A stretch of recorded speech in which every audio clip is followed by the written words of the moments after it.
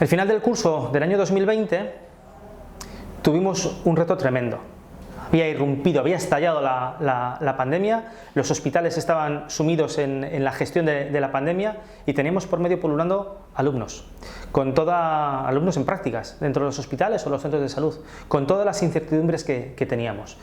En un intento de preservar la seguridad de los alumnos, de no alterar el funcionamiento de las unidades que estaban en un momento crítico, se determinó la decisión de retirar a los alumnos de las prácticas de manera precipitada, de manera que nos encontramos con alumnos de cuarto curso, de último curso, que no habían finalizado su número de horas necesarias prácticas para poder graduarse. Si eso hubiese quedado de esa manera, nos hubiésemos enfrentado a que durante un verano con unas necesidades brutales de personal, no teníamos una generación de enfermeras egresadas con las que poder nutrir las filas, ¿no?, de los centros de salud o de los hospitales en ese momento.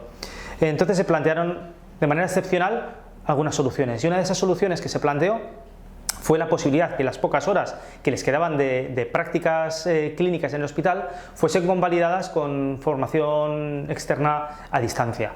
Y además eso tenía que ser ya, porque no había tiempo y se tenían que graduar en el tiempo.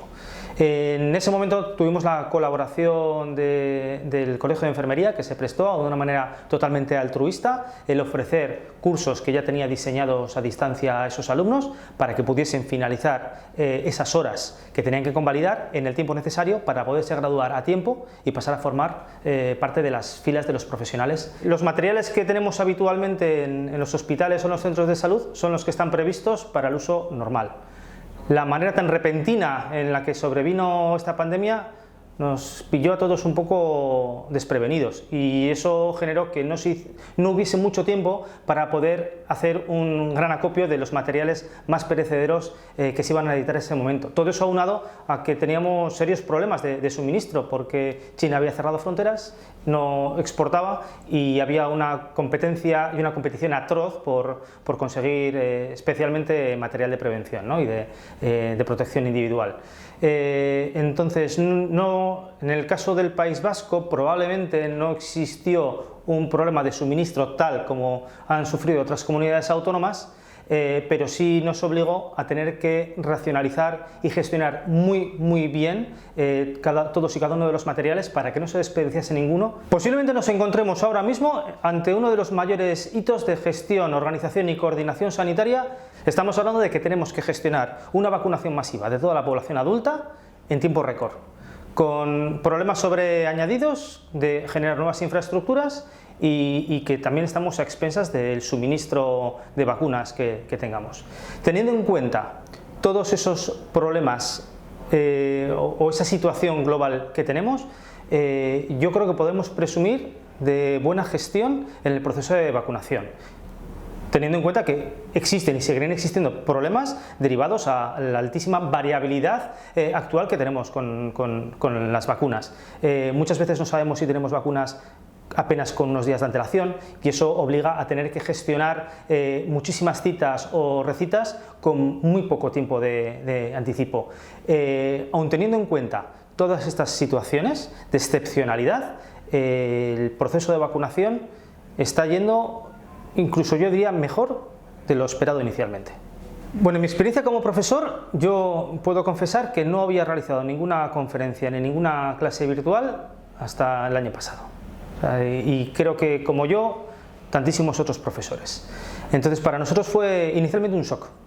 La universidad hizo una inversión estupenda y rapidísima para poder transformar las típicas docencias presenciales en sesiones no presenciales a través de videoconferencias y otras plataformas electrónicas. Y yo creo que prácticamente todos los profesores, especialmente los alumnos, supimos adaptarnos muy bien a todo ese proceso. Yo quisiera pensar que la calidad de la docencia en la universidad no se ha visto afectada por el cambio de modalidad de presencial a no presencial. Pero sí es cierto que especialmente en carreras como la nuestra, de enfermería, que es eminente, donde hay competencias que son eminentemente prácticas, donde damos un valor añadido muy importante a las relaciones interpersonales, pues haya ciertos aspectos en los que sí se haya podido echar de menos esa presencialidad. Las asignaturas tenían una modalidad mixta, las actividades, las acciones, las clases que requerían presencialidad se han hecho en presencia física, adoptando las restricciones y las medidas oportunas de seguridad, y todas aquellas docencias que se podían suplir y se podían trasladar sin mayor problema a una versión online, se han hecho, como pueden ser las clases magistrales. No creo que haya supuesto el cambio de modalidad una gran diferencia en cuanto a las calificaciones o la forma de calificar. De hecho, el resto de universidades online tienen también sistemas de evaluación online. Ha habido que readaptar las formas de evaluación.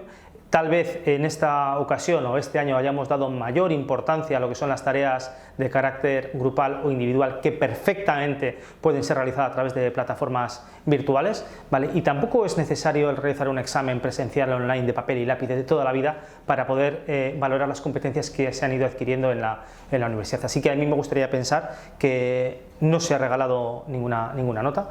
De hecho, las calificaciones medias no han sufrido grandes variaciones con respecto a otros años. Posiblemente el hecho de que las docencias sean online, que el profesor no vea a los alumnos, haya podido generar que los alumnos estén realizando otro tipo de cosas mientras el profesor está hablando. Pero tiene una cosa que no teníamos antes, es que esas sesiones se pueden grabar y el alumno, si en ese momento no le apetece o no le viene bien a la clase, la va a poder ver cuantas veces quiera en el futuro sin ningún problema. Si bien al principio podíamos ser reticentes o podíamos tener cierto recelo a la forma en la que se iba a realizar, no solo la vuelta a la universidad, sino la vuelta casi a la normalidad en la sociedad, yo creo que a todos nos ha sorprendido gratamente la forma en la que se ha hecho, y no hay más que ver los resultados que se han obtenido. Han sido anecdóticos los brotes que han ocurrido en el entorno docente, y en la universidad ha sido exactamente igual. En mi caso, como no soy profesional asistencial, no puedo decir que haya visto a pacientes sufrir en primera línea, pero sí he visto sufrir a profesionales. Y por primera vez en todo mi recorrido profesional he visto llorar a profesionales por impotencia y por miedo, y aún así estaban allí. Y ellos eran conscientes de que esos profesionales eran conscientes de que estaban agobiados, de que no querían estar ahí, pero que tenían que estar ahí, y de hecho estaban allí, y en contra de sus preferencias, de sus miedos o de sus angustias, fueron profesionales que dieron respuesta y estuvieron desde el principio hasta el final.